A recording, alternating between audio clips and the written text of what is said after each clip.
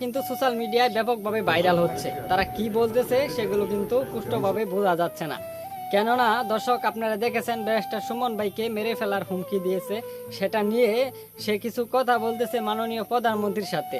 সুপ্রিয় দর্শক, তার ওখানে যারা চা বাগানে কাজ করে তাদেরকে নিয়েও সে কিছু কথা বলতেছে এবং চা বাগানের কর্মজীবীদের জন্য এক এক জনের জন্য 5,000 টাকা করে প্রধানমন্ত্রীর কাছ থেকে সে নিয়েছে। সুপ্রিয় দর্শক, এই মধ্যে আমরা দেখে আসবো ব্যারিস্টার সুমন ভাই মাননীয় প্রধানমন্ত্রীকে কি বলতেছে।